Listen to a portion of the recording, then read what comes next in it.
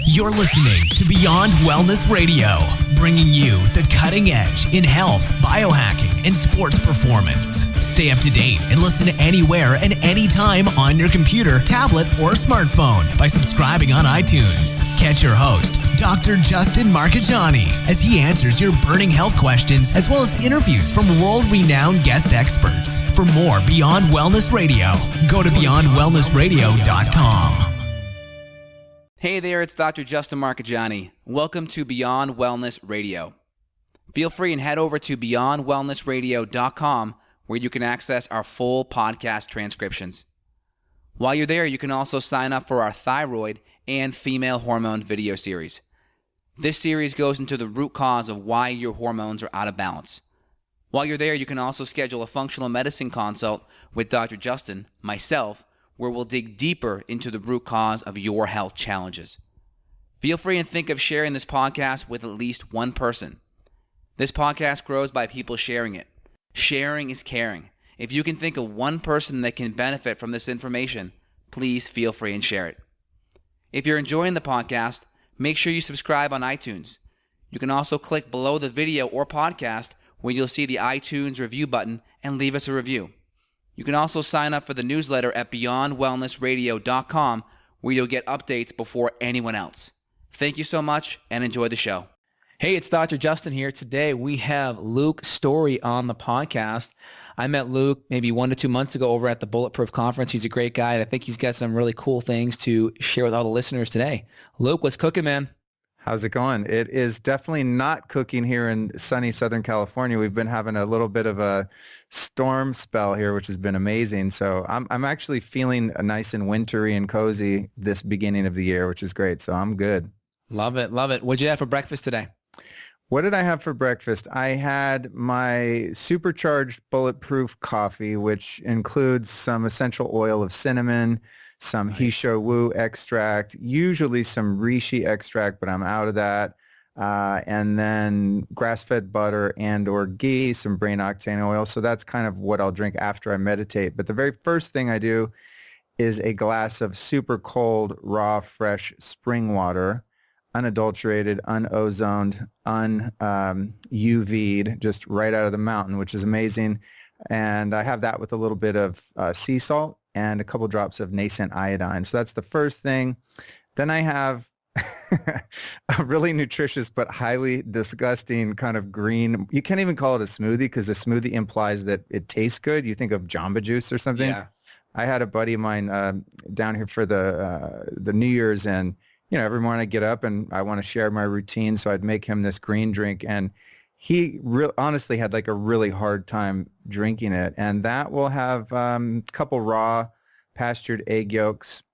That'll have some, this is all in a Vitamix, some fermented veggies, you know, some kind of sauerkraut, something just ground up in there, bee pollen, some liquid chlorophyll, some creatine, some aniracetam.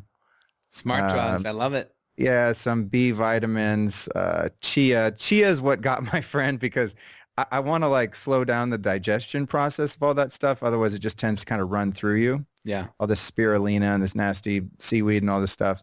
So I'll do like a chia kind of mulch, and it makes it really gelatinous and very difficult to get down. But it feels more like a meal. And I'll put some collagen protein in there. Let me see what else. What else do I put in there? Some lithium. Nice. Not like pharmaceutical, but the orotate, right? Yeah, lithium orotate. Yeah, just, you know, I'm always experimenting with stuff like that, but and then some stevia finally to kind of like make it even palatable to me. But I'm always kind of working on perfecting that, getting some calories in, because if I just do the bulletproof coffee, I'll be so much like in ketosis for the day that I won't eat, and I won't really get any actual nutrition, and I'll just be living off straight ketones and fat, or ketones from the fat. And then I'll tend to get a little fight or flighty, a little bit weird. So I like having some, you know, a little bit, some good protein and tons of vitamins and minerals, lots of magnesium, all that kind of stuff in the morning, so that if I don't eat, I'm not actually being robbed of the micronutrients. Well, it's a good thing you have a Vitamix, because man, that's a lot of stuff going in that mixer. Dude, it's disgusting. I gotta say, like, I would never be able to market this. It's like sometimes I'll think, oh man, I gotta come up with some kind of, stack or formulation and I can put it on the market and make a business out of it. I'm like, everything I take is so nasty and not palatable because it's so potent that it really wouldn't be, there's no way to make it taste good to get the right dosage of stuff. Like my sleep stack is really great too, at least for me and the people I've shared it with. But again, it's so nasty that like a normal person would never be able to do it. So it's safe to say that Dave Asprey won't be calling you to trademark that shit. Yeah, no, he's not going to be carrying that on the site anytime soon. Absolutely not. Yeah. Nice. Well, tell us about your story, because you told me about it in the past at Bulletproof and your kind of healing journey. And everyone that's in this field has some type of story of how they got here, whether it's conventional medicine, they kind of banged up against that wall for a bit and found out it wasn't helping them. And they kind of, bounced around natural medicine, nutrition, functional medicine, holistic medicine, and they found some things that worked and got them better, which got them, really passionate about this field. So tell people about your story and how you got to where you're at today.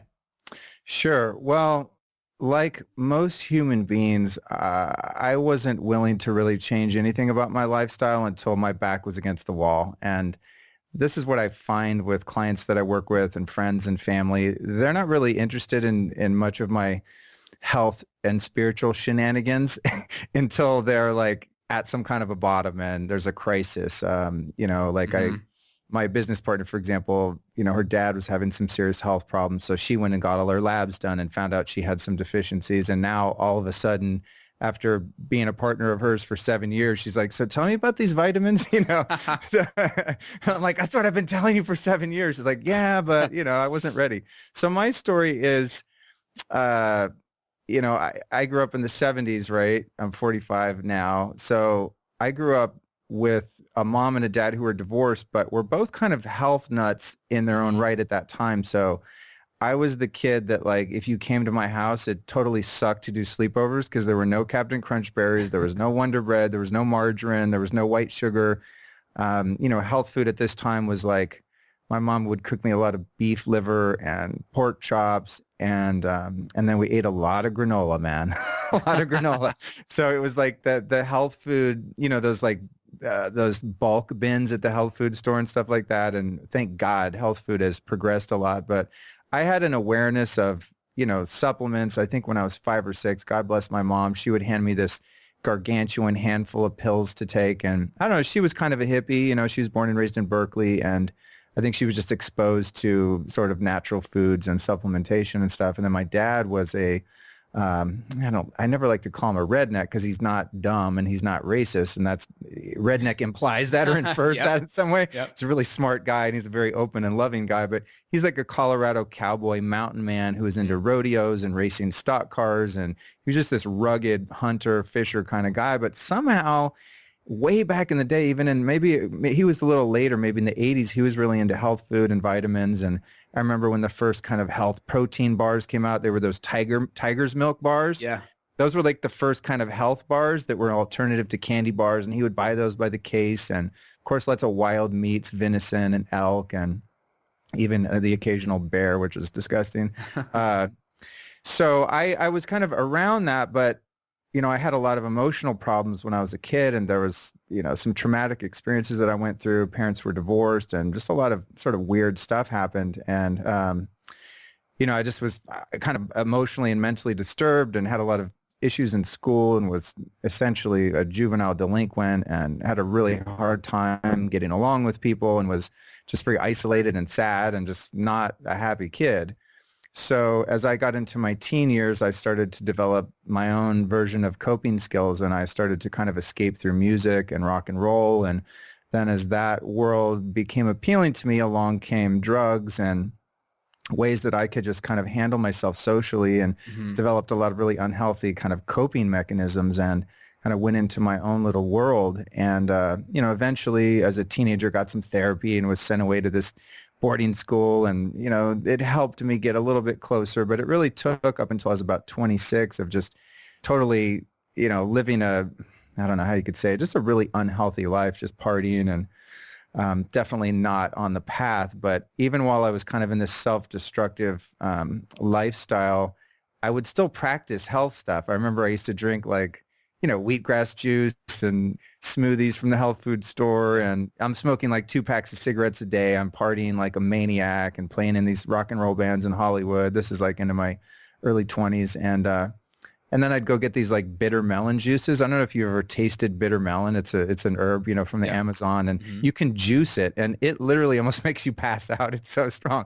So I'd be all hungover and I'd go get like a bitter melon juice. So it's like I had these 2 lives going on where I'm really unhealthy and just eating the most toxic food and, drinking tons of alcohol and just really like on a road to destruction. But at the same time, I kind of had one toe in the water of this awareness of health, and even at that time, somewhat of an awareness of spirituality and things like that. And eventually what ended up happening was I just became so riddled with depression, anxiety, lack of energy, just anger. I was so resentful, so hostile toward other people, toward myself. I mean, I was just a very emotionally and physically dysfunctional person.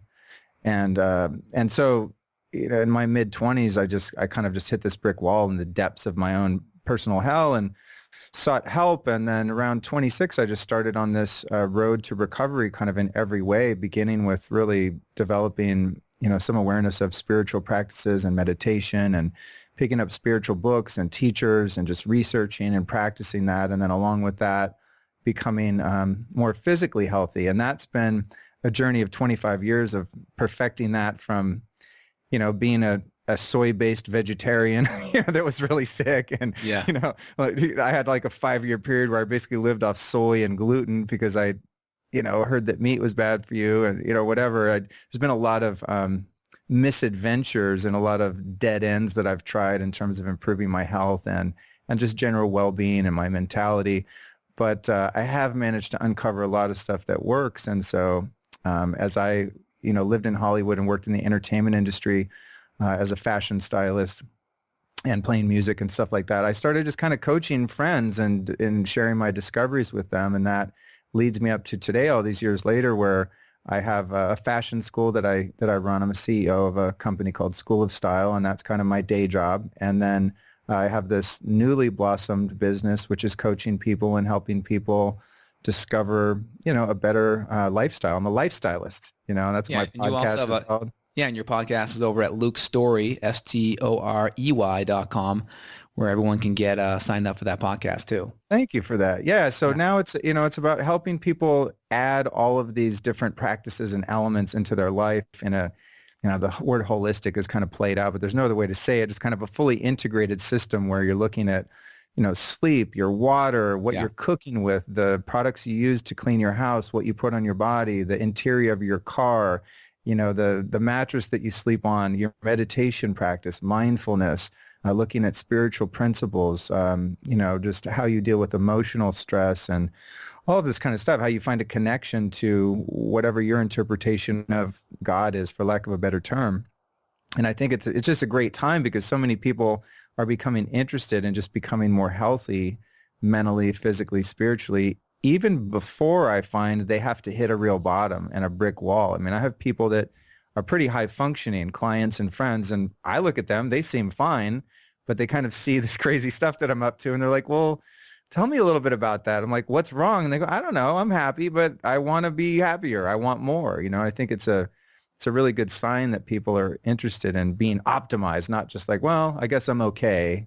I got a job, wife, husband, white picket fence, kid, car. I'm secure. Everything's cool. I think on some level, we know that it's not cool, that there's more. There's more, self-expression available. So that's what brought me up to here, was a lot of pain and suffering, and a lot of guinea pigging, kind of like Tim Ferriss. I think he has this great line on his show. I think it's like, don't try this at home. Let me try it first. Yeah. Something like that. Someone told me, I was like, I get that, I like that. I'm willing to go in and, do the coffee enemas, the ionic foot baths, the float tanks, whatever, to expand my kind of awareness and consciousness and find out what has a lasting effect, and then try and pass that on to people.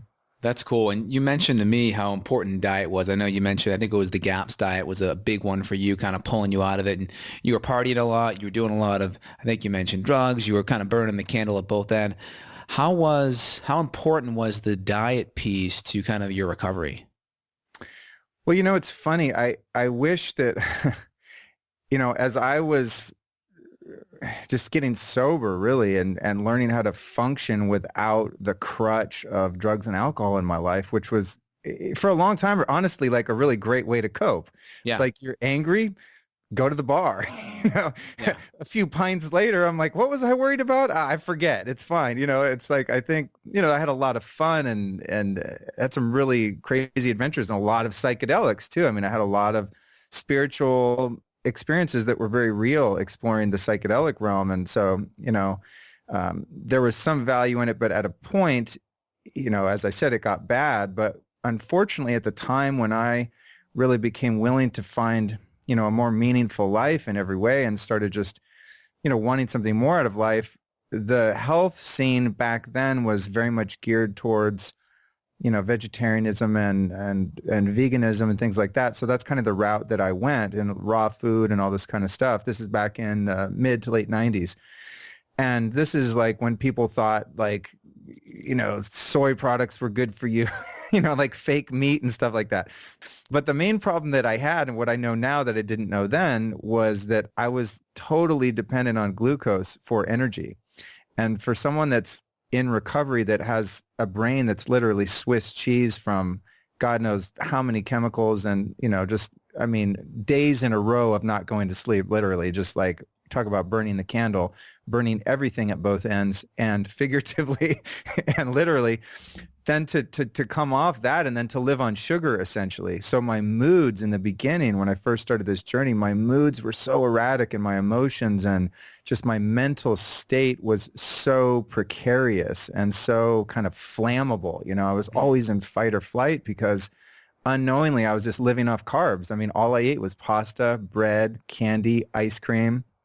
I mean, it's like, that was my version of health food, was just like 100% carb diet. And now it's switched because you're using a lot more fat and ketones. Oh, yeah. Yeah. I mean, I eat carbs very sparingly, and I'm pretty picky about what I eat. And what I've found in the past few years really is how much more mentally and emotionally stable I am throughout the day in terms of mood swings and sudden outbursts, because I'm really not spiking my blood sugar. I'm not fucking around with my insulin. Yeah. I mean, sugar is probably my weak spot. At night, I'll tend to crave sugar, and I'll down like a whole pint of acai with, raw cane juice in it or something. So I would like to say that I'm, a champion and I'm totally sugar free. I'm not. I have my moments, and I'm very patient and loving with myself about my diet. I really don't want to be too controlling and freaked out about it, because that's a whole other neurosis.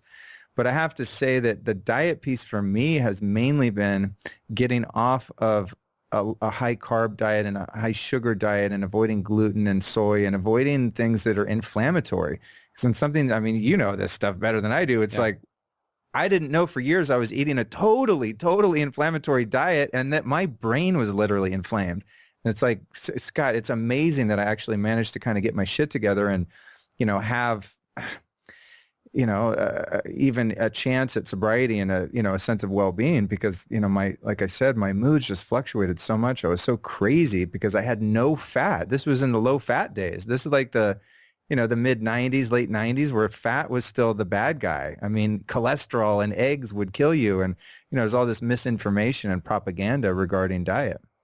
Yeah. I mean, the diet, nutritional, element is huge, especially the fats, because like you said, the 80s, the 90s, that low fat propaganda was really, really prolific. So we kind of applied those things, and you notice big improvements with your life. You also mentioned a little bit about coffee enemas. I'm just kind of curious your application with them. I don't do them too much with patients. I know the value of them. I think they're a great, physiological detox, because you can stimulate the gallbladder and the liver to dump a whole bunch of, toxins into that coffee that's in your colon, and then basically get out of that fetal position, go to the toilet, and have that toxins just come and expel right out of you really fast. What's been your experience with the coffee enema element?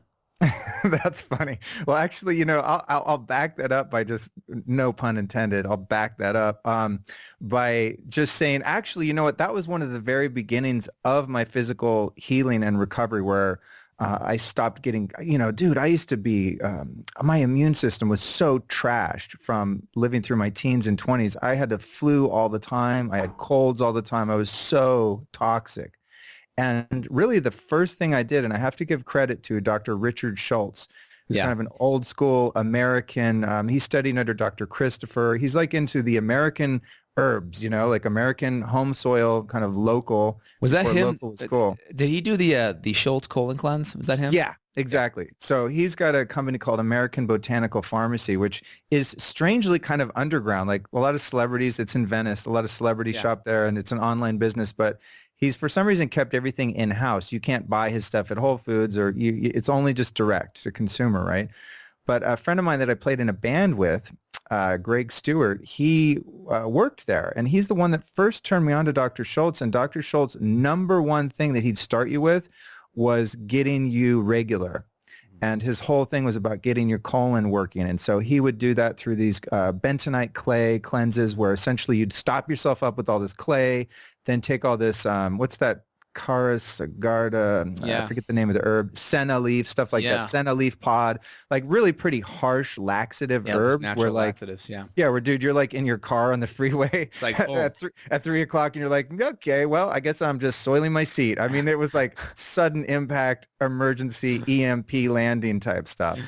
And but his system worked, and then followed by that, there was a series of colonics and stuff. So I got to say, and this is something that's so important, and I think it's kind of gone out of vogue, because who wants to talk about their butt and poop? It's just like not sexy. It's cooler to talk about, coconut oil. Whatever. I know, right? So, but the beginning of like my health really was doing juice fast, juice cleanses, sugar-free juices, just straight green juices. I did one once for 21 days. I went to a place called Angel Farms on the Big Island in Hawaii for 14 days. I did 12 days of colonics with something called a Kalima board, which is a gravity-fed form of colonics. So it's very gentle and it's very deep, and it literally took about 11 days to get to the very end of the colon. So in the first few days, a bunch of weird stuff comes out. People have these like earthworm-looking parasites that pour out. I mean, they keep it all in a bathtub so you can look at it. It's disgusting. Wow. But you want to know, and people had little like crayfish-looking shit coming out of them. I mean, just like the weirdest creatures. I didn't have any of that. I just had old black, like Matchbox cars. I don't know, stuff I ate when I was a kid, they were in there. And I thought, and then the water would go clear. This was so shocking. The water would go clear for me, like around day 9, where, you'd look in afterward and it was just whatever, you only would eat smoothies and soup. Oh. And then you'd get on this board for 2 hours a day, and the water had ozone in it. It had all these great herbs in it. And on day 9, my water had gone clear. And I told the woman who ran it, Cindy, I was like, dude, I think I'm done. I'm good. I'm just going to go, play on the beach.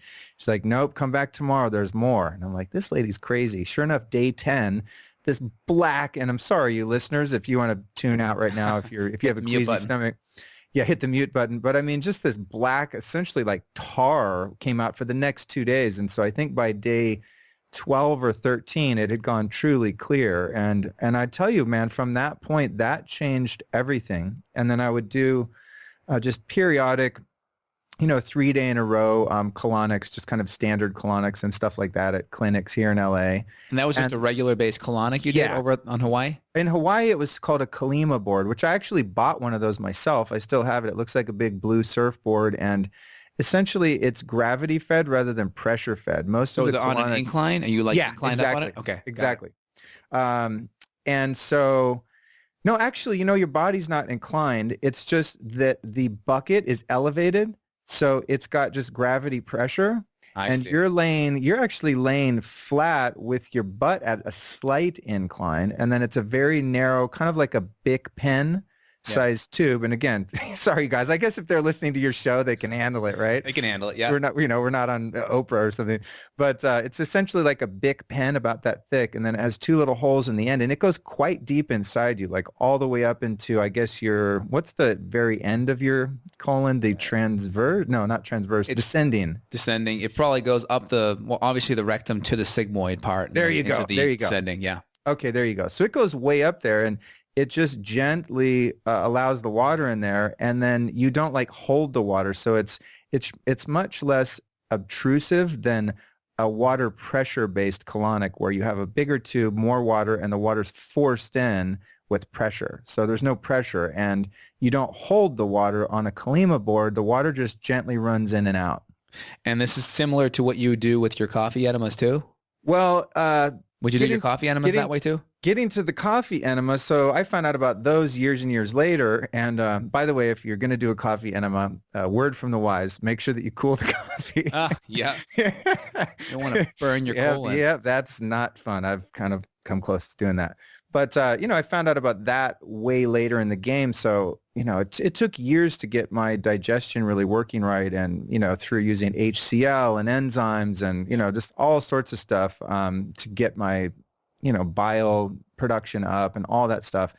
But I don't really do the colonic thing anymore. But by the time I got to the coffee enema, it was more just kind of an add-on. And it's something that I understood, the basics of how it worked. And so many reputable, really smart people recommended it. And I'm just the kind of guy that'll try anything. Here's what I learned about the coffee enema. And that was a very long history of colonics. But I think it's really important for people listening to understand you can't miss this piece. It's like, dude, if you could be taking the best adaptogenic herbs and supplements and superfoods and cacao and goji berries and spirulina and fish oil and, krill, like whatever your bag is, DHA, out the yin yang. But if everything's just sitting in that pocket down there and just hanging out, you're bummed, dude. There's no way to become healthy because you're reabsorbing through the mucous membrane everything that your body's like saying, we're done with this, get this out. And it's just, I think it's something a lot of people miss. So to the coffee enema piece, it's not something that's become a regular thing. It's something I've experimented with at different times with actually not great results because I missed a key piece. So cooling the water down to body temperature. So like right around 98 to 100 or so, right? Yeah, is good. Okay.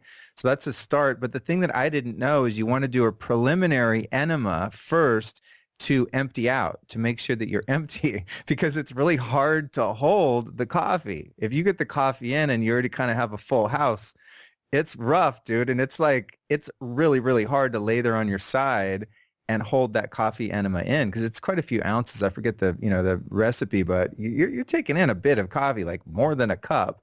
Yeah. And so I actually had a hard time with it until I learned that first you kind of have to clean house, then you let that coffee sit in there. But, it just becomes one of those things where I'm not having any acute issues that ring the bell of, there's toxicity or, impaired liver function or something like that. So it's not kind of part of my wheelhouse at the moment just because it's not that comfortable. And there's just things I would rather do with my time than put stuff up my butt. Yeah, my mentor, Dr. Robert Rakowski, every time he'd always talk about coffee enemas, he'd always sing that Folgers commercial, except he did the best part of waking up is Folgers in your butt. And it was just like, awesome. It was just one of those things that always stuck with me and I can never forget it. So yeah, a lot of good value in coffee enemas. I think there's a lot to it. I mean, there's enough research and it just makes sense, the biomechanics of it to me from my elementary understanding of the body. And it's one of those things I'm like, yeah, I should do that. But, it's just if I'm not in an urgent situation where something's really wrong, like if I were to come down with a cold or a flu or something like that, or, just had something seriously wrong, I think I would fast for a few days, do juices. I would do some colonics, probably throw in a coffee enema because there's a sign that something's amiss. For me personally, if I get like quote unquote sick, which happens very, very rarely. So when it does, I'm like, what the hell? I'm not doing something right here. Right. Go ahead. Yeah. I don't believe the body is actually meant to get sick. I don't think that, especially degenerative illness, I don't really think that has to be part of your life. It's something that we've bought into because what we eat and drink actually causes it to happen. It's not like the body doesn't just start getting cancer for no reason because it's your turn. No, it's an abnormality. And so is any kind of, immune suppression or any kind of sickness to me is a sign that like, nah, I'm not doing something right. So that's when I'll break out the weird stuff like that. But it's not, I'm not waking up every day doing a coffee enema. Got it. Now with your business, because you're doing a lot with style, you're also in LA, Hollywood, and you also work with a lot of clients that are pretty high end. And you're going into their houses, these people, celebrities, probably people, names that you'd know on TV. You're in their houses. You're basically detoxing their house, getting all the crap out of their cupboards, their cabinets, their fridge. What are some of the common mistakes or things you're seeing these people are doing, and how are you fixing it? What are some of the low-hanging fruit that people that have cupboards and fridges that are all messed up, what are some of the things you're doing? What are you seeing?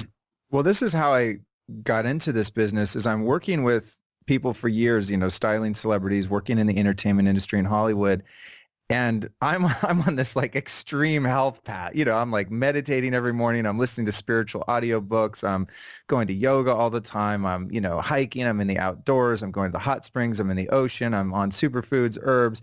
And meanwhile, 20 years I'm doing this or however long at that time, I just figured the rest of the world is also doing that. You know what I mean? It's like when you live in that paradigm and my friends and family are living that type of lifestyle. And what was shocking is I would work with these celebrities and they walk in drinking a Diet Coke.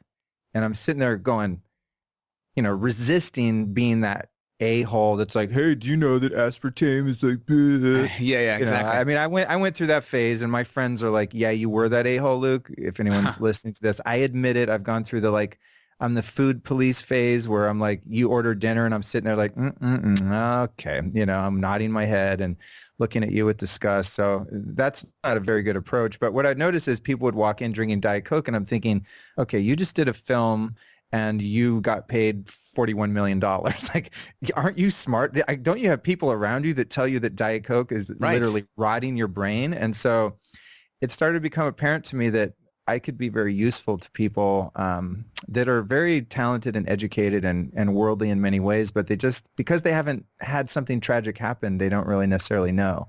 So what I'm finding is, as I do this, which is something I've done for friends for a long time, but it's relatively new, where I work with people on Skype or I go into their home, as I was telling you earlier, and do, I don't know what I'm going to call it. It's either called a home healing or a home invasion. A home detox. Yeah, home detox.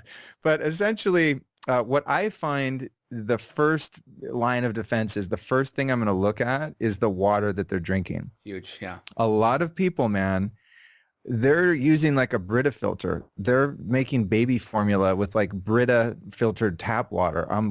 It's just, it makes me insane. So fluoride's still there. Yeah, and even expensive filtration systems oftentimes don't remove the fluoride, and then dude, I interviewed a guy the other day that has a really great filtration company, and we were talking about the pharmaceutical residues, the radioactive residues from people on chemo. I mean, dude, you don't want to put anything made with tap water. I don't care what kind of filtration it's been through. I ain't drinking tap water unless I'm in the desert dying. Okay. So first thing I do is just for bathing, and if somebody has a steam room or they like to take baths, I'll get them on a whole house filtration system that removes. In LA, we have chloramine, which is even worse than just straight chlorine. It's chlorine and ammonia, right? Yeah. And it's just, you vaporize that stuff in the shower. It's a gas chamber. Is it going to kill you one time? No. But how about thousands and thousands and thousands of showers, Accumulation. Yeah, the bioaccumulation of that stuff. So, and there's no test on what it does when you vaporize it and heat it either. It's like, it's deemed as safe to drink cold or put on your skin cold, but you're cooking it and breathing it. It's just gnarly.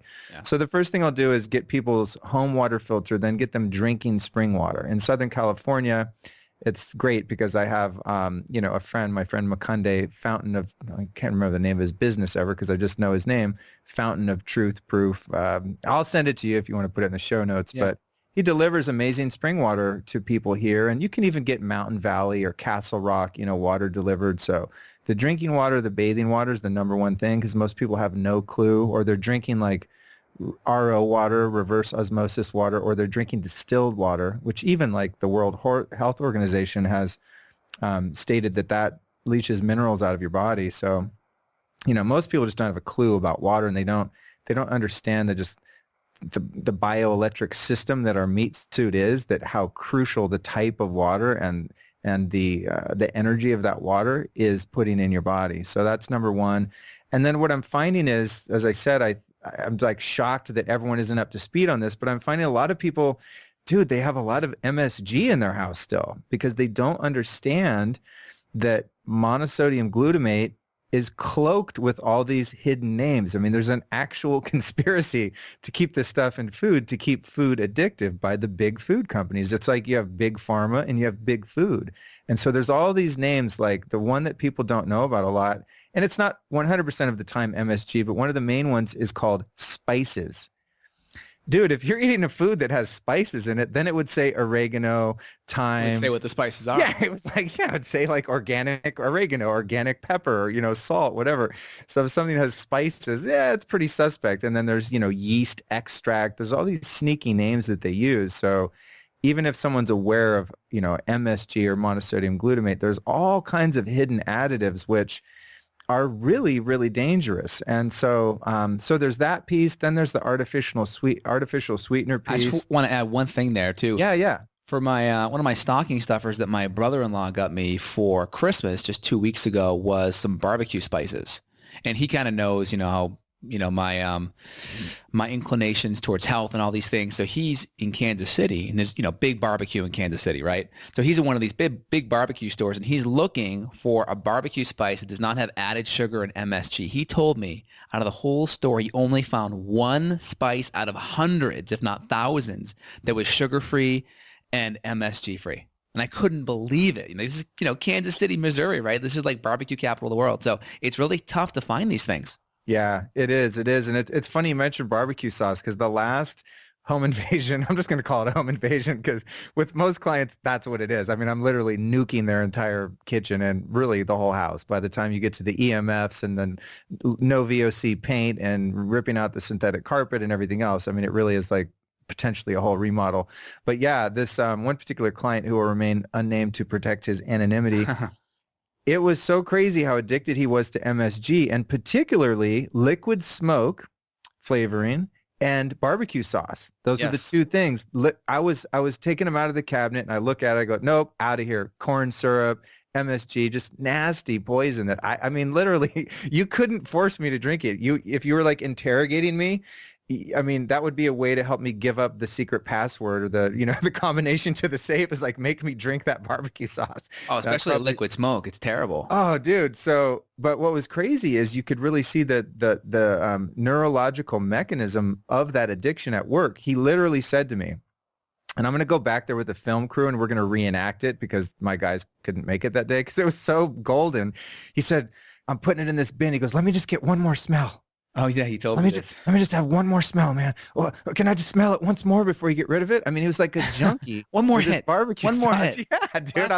I relate to that. I mean, I've been there. I understand. Not necessarily for barbecue sauce, but I know that, that compulsion. So those are some of the big ones. And then it's just like amazing that we're in this paradigm even where, and I know a lot of the people listening to your show, they're like, duh, I'm not eating MSG or, you have a pretty savvy audience because you go deep into this stuff, but it's still astonishing to me that like people have anything in their home, in their fridge or their cabinets that's not organic. Right. I mean, to me, it's that we live in this paradigm where you can justify spraying poison on food and then you eat the poisonous food. Like, to me, that's just so weird. Why would you do that if you have options? Now, that said, the other side of it is, I give myself a pass. I eat out probably 2 or 3 nights a week, and I don't know that everything's organic and doesn't have canola oil or whatever, and I love it. I enjoy it. I bless the food. I bless myself, and it's amazing. And I love that flexibility. But you're still probably eating real food, though. You're not eating synthetic. Oh, yeah. No. I'm eating like the chemical stuff. For sure. Yeah. I'm eating farm to table, like really good quality food. I'm not out at Jack in the Box. But I'm not going to be that guy who's like, I need to see what kind of oil you're using. I know they're using canola oil, even at a good restaurant. They're not using ghee in the kitchen. You know what I mean? So that's a big one with clients is the artificial sweeteners, the MSG, and then of course all the seed oils, all the vegetable oils, the inflammatory omega-6, rancid, disgusting, oxidized oils. I mean, it's like we have a store here called Ralph's in LA, and that's kind of your like low end, just average grocery store. And I'll go through like the cooking oil aisle, and there's these huge jugs of canola oil, I'm tripping out. I'm like, really? Doesn't everyone know that this is so toxic? Like, you'll feel it. But if your base level is already, you have no energy and you're run down and you're inflamed and you have this base level of toxicity, I mean, I guess you don't feel it if you chug some canola oil, Me, my body's become so sort of refined and sensitive in a way that I do my best to avoid that stuff because it really impairs my performance. Yeah. And then the other thing that people are very largely unaware of, and again, we're talking about people that have the money to fix this stuff, Right. is the cookware that they're using. They're using Teflon still. They're cooking in aluminum. They're cooking in inferior amalgam metals that are quote unquote stainless steel. They have no idea that they're actually heating and cooking their food and infusing it with really toxic heavy metals. Then there's the EMF piece. There's the blue light piece. You know, when I go into people's offices, I'm like, and you work in here until 1 a.m. This place is like lit up more blue than a hospital operating room, you know?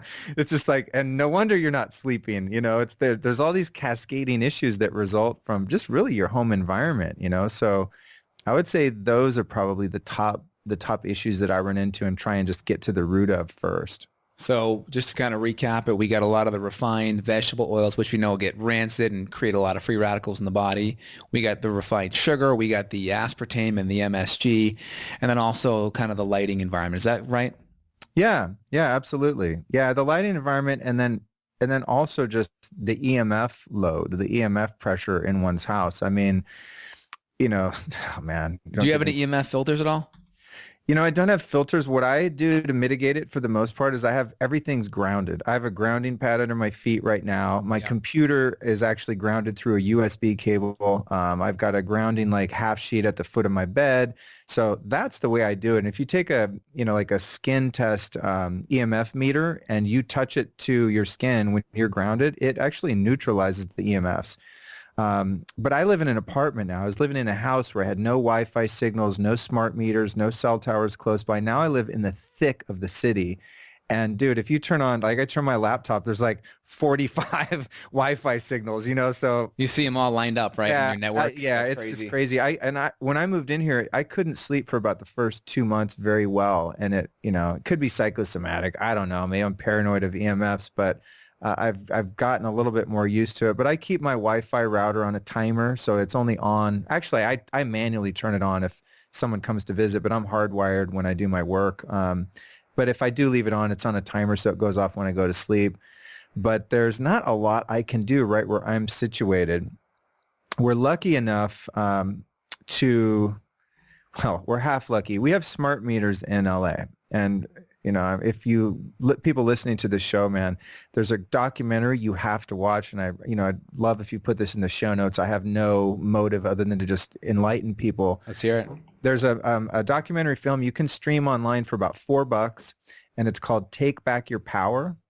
And it's primarily focused on smart meters, but there's a lot of coverage on cell towers and just EMF exposure in general. But man, I gotta say, smart meters are one of the worst threats to our culture and civilization and health, man. I mean, they are so dangerous. And we're lucky in LA in that we do have smart meters here, but we're not on a grid because the public awareness was high enough that we actually petitioned against the grid, but so they have individual meters. And for those of you listening, if you don't know what this means, the old meters were analog meters, and so they don't generate radioactive frequencies, like radio frequencies. The little meter maid would come by and like read the meter and write it down, right? It's old school. Very labor intensive and expensive for the municipalities, right? I can see why you'd want something that just transmit the home usage signal to a master computer. Right. And then there's two other levels of smart meter. What we have, at least in LA and Hollywood, is we have smart meters. They're digital. They look like a digital clock. So if you go on the side of your house and look at your meter, if it looks like a digital clock instead of a bunch of little, old school analog clocks, you have a smart meter. Whether or not you're hooked up to the grid really matters. The meters we have here, they still have to send someone out to read the meter, and they just scan it digitally, and they can tell your usage so that they can charge you. But when you're in a town or even a county or city that's on a grid, what happens is each meter on each building is transmitting a signal up to 900 times as powerful in terms of radiation exposure as a cell phone. So if you have a smart meter on the back of your bedroom wall, you essentially have 900 cell phones transmitting every few seconds to this master computer. So a few miles away, there will be these receivers on the phone poles, and that's the grid, right? And then those phone pole receivers transmit an even stronger signal to the master receiver, wherever the municipality kind of, headquarters are or whatever, right? I'm explaining this in very basic terms. Point is, this radiation is extremely powerful and extremely harmful to your DNA. And that's not a psychosomatic, like tinfoil hat paranoia thing. This is like, go up to a smart meter, prick your finger, do a live blood analysis, look at your blood cells before, during, and after exposure for 1 minute in front of a smart meter. And you will see in this film, they do that and in many other experiments, and your blood cells are toast. And what you're made of is cells, So, there's things you can do to mitigate that. There's, legal actions you can take to prevent that from being on your home. But I find there's things like this that the general public is, and clients that I work with are unaware of. And that thing's sitting, next to your office wall, or like I said, your bedroom wall, and you're having all of these seemingly unrelated health issues. You might be totally organic, vegan, paleo, whatever, doing everything right, and you still can't sleep. You have headaches, mood swings, hormonal imbalances, all sorts of issues, because it's not just general EMF exposure like we all kind of get used to. This is acute, powerful radioactive signals being blasted into you. Yeah, I actually have an EMF meter at my house, or a EMF smart meter kind of thing at my house. And I just found this out over the summer. My buddy's got a really high quality EMF meter that picks cell phone towers. It picks everything up. And we did some kind of studying around it, kind of like Ghostbusters. We were kind of following it from different angles and seeing how far the EMF went out. And mine's actually in my garage. So it's about 30 or 40 feet from my house. And when you go up within 10 to 20 feet, it's pretty active. But for me, I was able to do it when I was in my house. I could not detect anything with the meter. But some people, if they have it right up against their office or a room that they're in, it can be really a big issue. There's some things you can get you can put over it that will help spread it, keep it kind of more isolated and such. Right. But then you got your neighbor the next door. So if you got, some good land between you, that's okay. In Texas, we got some land, but other places you're right up close. My buddy lives in a big, sky rise, and I went to the back of it, and there was like maybe 20 smart meters all stacked up. And I'm like, and it's all in this one room. And I'm like, that poor guy that's behind that EMF smart meter has no idea what's happening. Oh, it's crazy, man. Yeah. And you're fortunate that your signal's not, that strong. And as you said, well, see, there's the smart meters also have different strengths. So there are some smart meters that can transmit up to 30 miles away. So if you're 30 feet away from one of those, because the grid is further out, then they need to put a stronger transmitter on your building. So you might not need that strong of a transmitter, and Right. that you might not even be on a grid. It could be the kind like I have here in LA. Right. I haven't tested it with a meter because I'll start obsessing and I'll go crazy because I can't change it. It's not on my building. On my building, I put these little notes on. We have a bank of like 4 smart meters on the side of the building. I put a little note like, by law, you cannot put a smart meter here. F you. Like, I will sue you. Yeah. I literally did that.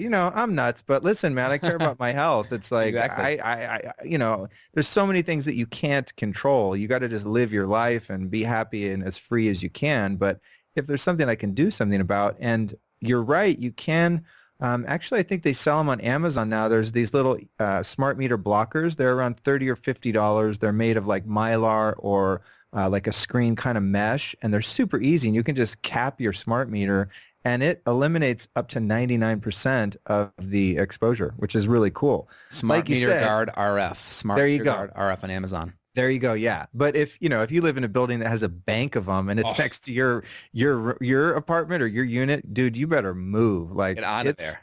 Yeah, it's intense. If you watch that movie, I mean, it sounds like crazy talk for people that, that this stuff sounds crazy to. But when you see the empirical evidence and the anecdotal stories of, say, someone who, in that film, there's someone who lived in a dorm that had a cell tower on top of the building. So they're like within feet of that cell transmission tower, and brain tumors just over and over and over again. It's a very predictable result. Brain tumor, brain tumor, brain tumor.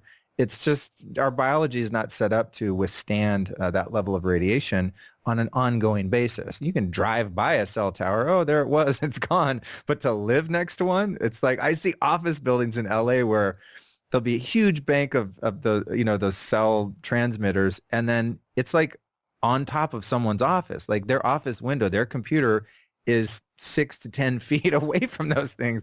It's like I want to put copies of that film in their mailbox when I drive. I'm like, oh my God, it's so sad they don't know, and they're gonna, potentially come down with a brain tumor and think that it's because they ate fried chicken their whole life. It's like, dude, you're getting your brain cooked. And what's that film called again? It's called Take Back Your Power. Take back your power. And yeah, God forbid you're eating fried chicken and next to a smart meter. It's like your chance is so much higher.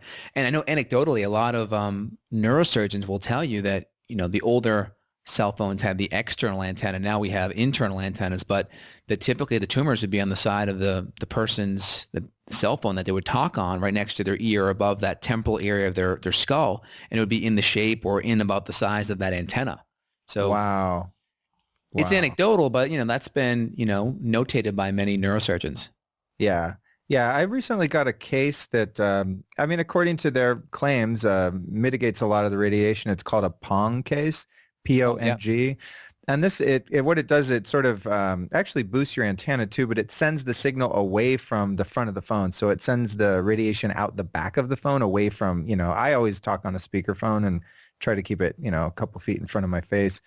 But that's great because it doesn't look stupid and ugly. Like a lot of the cell phone protection devices is some little crystal with the, sacred geometry thing on it. It's like really corny. You don't know if it works. There's no test done on it. It's like all energetic. It might work. I believe in that stuff to a degree, but they also just look hideous on your phone. This looks like a normal, like sleek kind of modern case. So it's much easier sell. And in fact, some of my friends begrudgingly got that as a Christmas gift this year. They're like, really, dude? You're just trying to control me and you're using a gift to do it, which may have been true. But it'll at least help benefit their health. If they don't get a brain tumor in 20 years, then they can come back and thank you. Yeah, I hope so. It's the gift that keeps on giving, right? Yeah, and even the blue light filters now, there's quite a few brands that you can find on Amazon. I think Bulletproof makes one as well. But there are these great blue light filters that you can put on your cell phone too, and they don't look weird or ugly. You can still see blue color on your phone, like for, editing photos or things like that. But it just doesn't emit as much blue light. So, there's all kinds of little gadgets coming out as the public awareness grows. The demand for these kind of products is growing. And what's awesome is people see that there's a monetary incentive there as a company. Like, I just saw the other day, like Lay's potato chips that were organic. I'm like, really? Yeah. And they're still really nasty. They were still cooked in, I think it was sunflower oil, which is, I wouldn't want to eat that, but it's a good sign when you have organic food in Walmart, and cell phone companies are now putting out these, anti-radiation products and stuff. It's a good sign that we're moving in the right direction, and we can still take advantage of the technology and have the conveniences and this instantaneous communication around the planet without totally destroying ourselves in the process. Yeah, my new 30-inch ViewSonic monitors here, they have a little button on it that I hit and it knocks out the blue light. No way. Yeah. So it came like that stock? Yeah. They were advertising on Amazon for that. So I'm like, perfect. I know Asus makes one. This is ViewSonic. It's like $205 for a 28-inch. And there's a little feature on it where you hit it and it knocks out the blue light. Oh my God, that's amazing. Yeah, I'm on a Mac, so I'm using that Flux app. Oh yeah, Flux, yep. Yeah, I'm using that. If anyone, it's a free app, and what it does is it reads your time zone, and when it's dusk in the geographic location you're in, it makes your computer turn to dusk too. That's good too. Which is cool, but it kind of sucks when you're watching a movie or something, on your laptop, or you're watching Netflix. You're like, okay, here everything's turning yellow. There we go. But I've gotten used to it. I have my whole house, and this is something I do for clients too, is a great solution. Is my whole house is wired where I have in every room 2 different lighting setups. So I have like bright blue lights. I use full spectrum incandescent bulbs. When I want blue light, I try to avoid fluorescent or LED because they're lacking the natural full spectrum of sunlight. And then I'll have different switches and different lighting setups in every room, which has all amber bulbs. So it's pretty cool. I'm able to avoid the blue light and not be a total freak and walk around the house with my blue blockers on every night. Totally hear you. It's not very conducive to dating. It's hard to explain in the first couple meetings. Absolutely. So with all these things we've talked about today, all the lifestyle hacks that you're utilizing with your clients and all the things that you utilize yourself, what's one thing that the listeners here today could do and apply that would help them just perform better? we've talked a lot about outward practices, stuff involving your body and what you put in it and what you put on and what you expose it to. And that's definitely an important piece. But for me, the number one is being mindful of my mentality and detoxing from negative emotions and negative thoughts.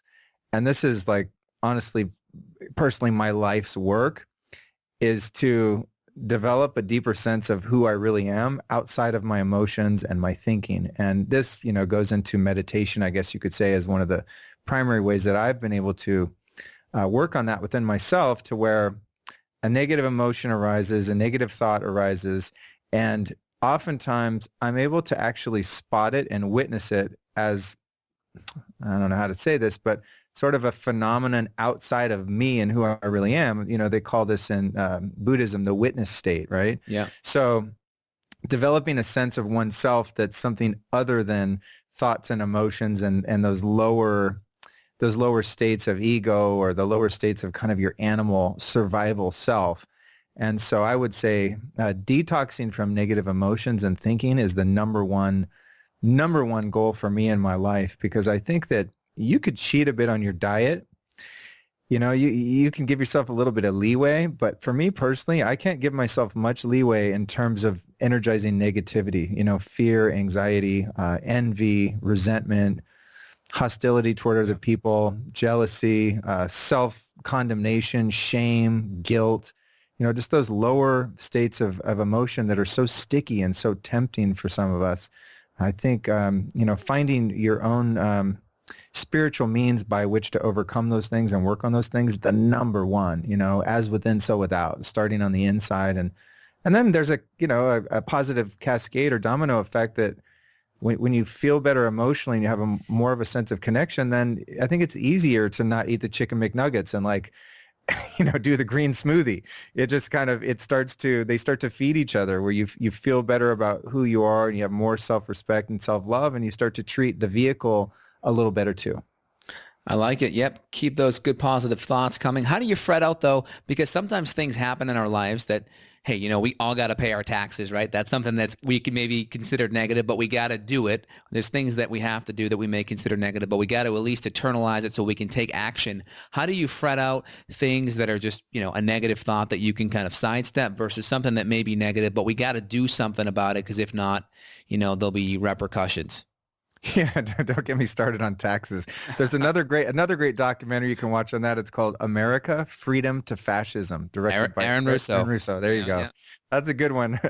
No, for me, I sort of categorize life events and things that happen to me, or that I perceive to be happening to me, in three categories, and that is, can I accept it? Can I really surrender to this event or this truth? Is there something I can do to change it, or is it something that I need to reject? So say, like, in terms of a relationship with someone, you're having a problem in a relationship and, it seems like there's no way around that. Well, I might be able to change it by having a talk with that person and trying to communicate with them and improve our relationship somehow. But chances are I can't change another person. I can only change my own perception of that. So say I realize that I can't change that person. They are who they are. Then it's a matter of, well, can I accept them wholeheartedly and lovingly the way that they are into my life and not be insane? Or do I need to reject them? And this could be any problem. And oftentimes I find that it's a matter of my own inner acceptance and letting go of control and letting go of the insanity of trying to control things that are totally beyond my control. And then in some cases, there are situations where I just have to reject it. Like, I have to quit the job. I have to drop the client. I have to end a relationship or a friendship or whatever it might be. It's like, I recently had a car, and I put a lot of money into it in the last year. It was an old car. It was like 10 years old. And I just kept accepting it. Every time it broke down, I was like, you know what? I'm just going to surrender. I won't feed this negativity. I'm just going to pay the bill. And it's a few $100. It's a couple $1,000s. And it started adding up. And at one point I thought, you know what, this is kind of bothering me. Let me look into it. And I did the numbers, and I found that it didn't make sense that I was putting that much. In other words, I could buy a new car and have a car payment for the same price. So at that point, I made a decision that, no, I shouldn't be accepting this situation. I should reject it, get rid of this car, and start anew. So I think coming to a decision about which of those 3 choices I'm going to make has been really crucial for me. Like it, man. I appreciate the mindset. I think everyone needs a mindset reboot, especially with the new year here. I think it's great, and mindset helps drive good health choices, so I like it. And then everyone can get a hold of you, Luke, lukestorey.com with the EY at the end. Any other places people can find out your stuff or get a hold of your stuff? That's where my main site is. And then on iTunes, hopefully by the time this show comes out, I will have my podcast up, which is called The Lifestylist Podcast with Luke Storey. And I'm also pretty big on social media. You can find me on Twitter at Mr. Luke Storey. And my favorite social media channel is probably Instagram, because I'm kind of a visual guy. I like, documenting all of my crazy biohacking adventures and misadventures in the world. My Instagram handle is just my name, Luke Storey, as you said, with an EY. And then you can find me on Facebook too. Awesome. Thanks for coming on the show today, Luke. It was great. Thanks for having me, man. Great chat. I appreciate it, Justin. Hey, and I want to thank you too for helping my dad. He's really excited about the work you guys are doing. And, I just really appreciate that you're taking good care of him too. You got it, Luke. Thanks so much. Yep. Bye. Got a question for Dr. J? Go to beyondwellnessradio.com and click the questions button. Then tune in to hear the answer. Also, if you like the show, click below to review us on iTunes. For more Beyond Wellness Radio, go to beyondwellnessradio.com.